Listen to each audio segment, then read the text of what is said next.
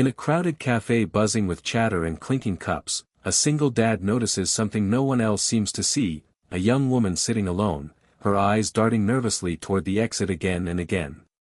Something about her trembling hands and pale face tells him she isn't just waiting for coffee.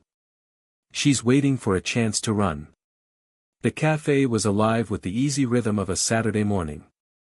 The hiss of the espresso machine, the soft hum of conversation, and the occasional burst of laughter created a comforting atmosphere.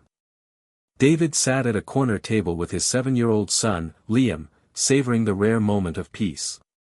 Between long shifts as a janitor and the endless responsibilities of single fatherhood, quiet time together was precious. Liam was busy drawing superheroes on a napkin, his small brow furrowed in concentration, while David nursed his coffee, letting the warmth seep into his tired hands. It was then that David noticed her.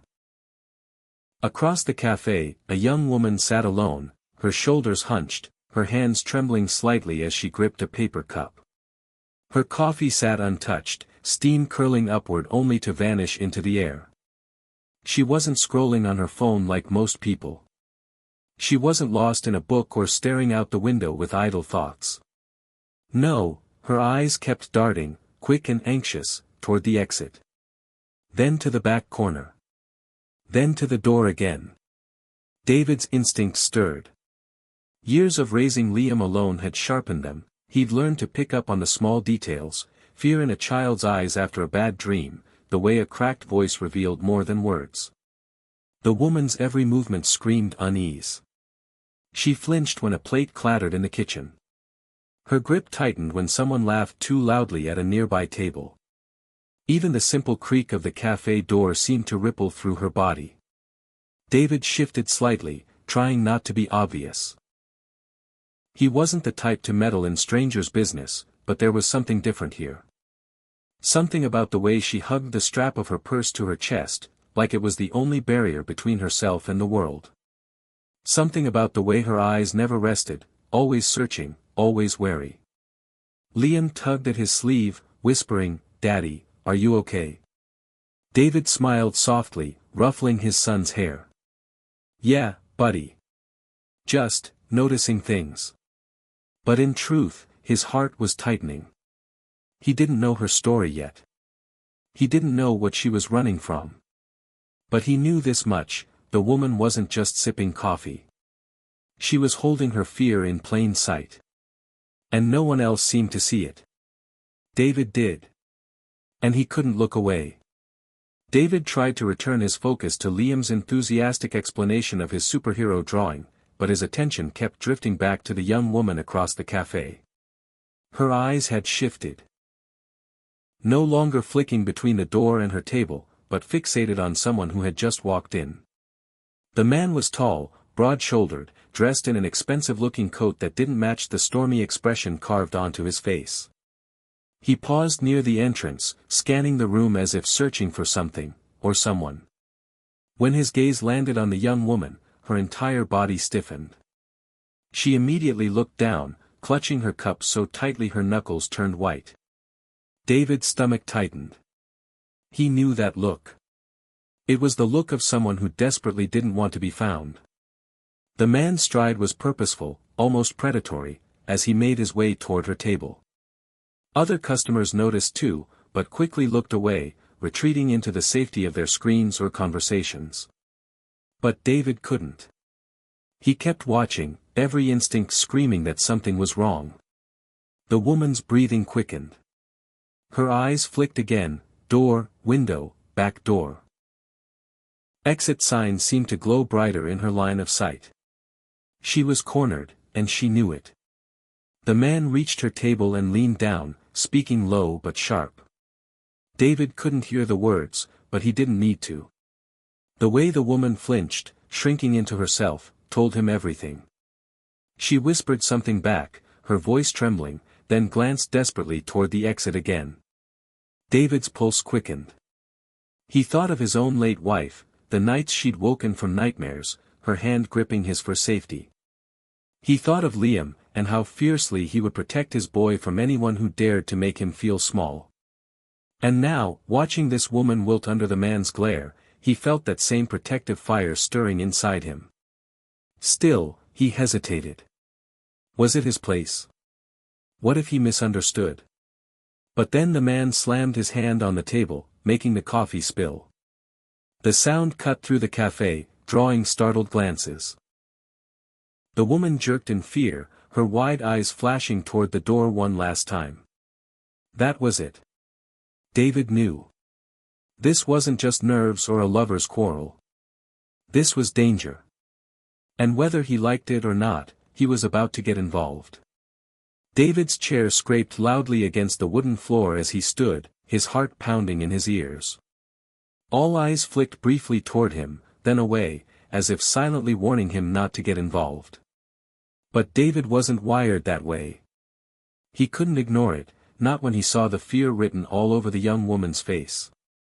"Hey," David said firmly, his voice cutting through the tension as he stepped closer to their table. "Is everything okay here?" The man turned sharply, his glare sharp as a knife.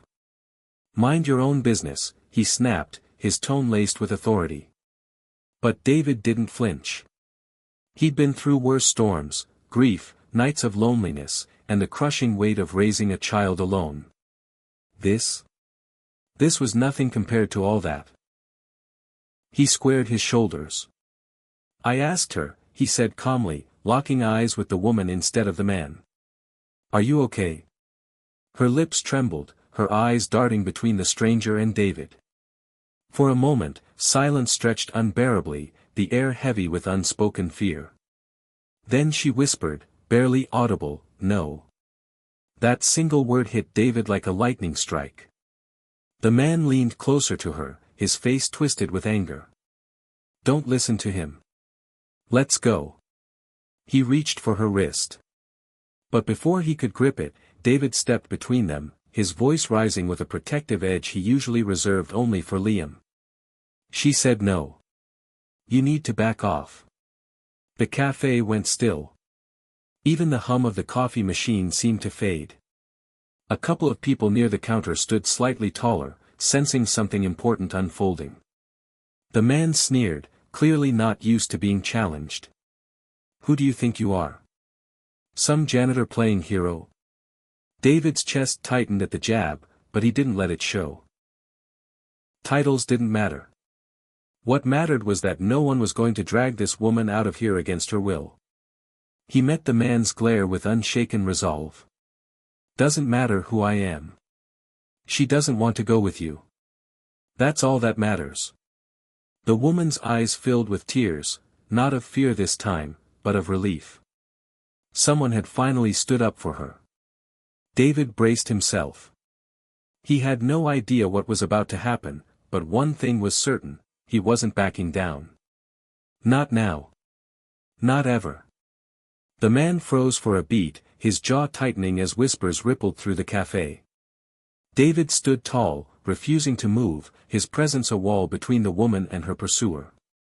The young woman's chest rose and fell quickly, her trembling hands clutching the strap of her purse like a lifeline. Then, with a shaky inhale, she spoke, louder this time, her voice echoing in the hush. "He's not my friend. He's not my boyfriend. He's the man who's been following me for weeks." The room gasped collectively.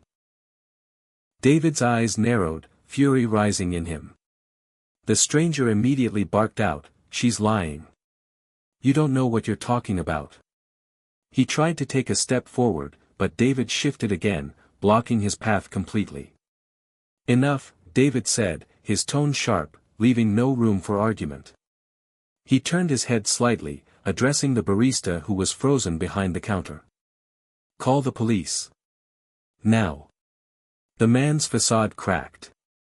His confident sneer slipped into a snarl. "You'll regret this," he hissed, his voice low but venomous. But this time, he wasn't just facing a frightened girl, he was facing a father who'd learned to fight through life's toughest battles, someone who refused to let another soul be hurt on his watch. The woman finally stood, her voice steadier now, though tears streaked her face. "I saw him outside my apartment last night. He followed me here. I didn't know what to do. I thought I was trapped. The cafe erupted in murmurs of shock and anger. A couple of men near the door edged closer, standing silently at David's back as if to say, "You're not alone in this." The man's eyes darted around the room, realizing his power had evaporated. He tried to slip toward the exit, but David's hand shot out, gripping the back of a chair, subtly blocking the way. "You're not going anywhere until the police arrive," David said coldly. The young woman looked at David with a mix of gratitude and disbelief. For the first time in weeks, someone had listened, someone had believed her. In that tense moment, the entire cafe transformed. It was no longer just a place for coffee and chatter, it had become a sanctuary of courage, of strangers uniting to protect someone in need. And at the center of it all stood David, a single dad and janitor, proving that true strength has nothing to do with status, but everything to do with heart. The sound of police sirens cut through the tension like a promise of safety. Within minutes, officers entered the cafe, quickly surrounding the trembling man as David calmly stepped back, letting them do their job. The stranger's protests grew weaker, his voice swallowed by the sound of handcuffs clicking shut. As he was escorted outside, the entire cafe seemed to exhale in relief. The young woman stood frozen, her body still rigid from fear, until David gently placed a reassuring hand on her shoulder.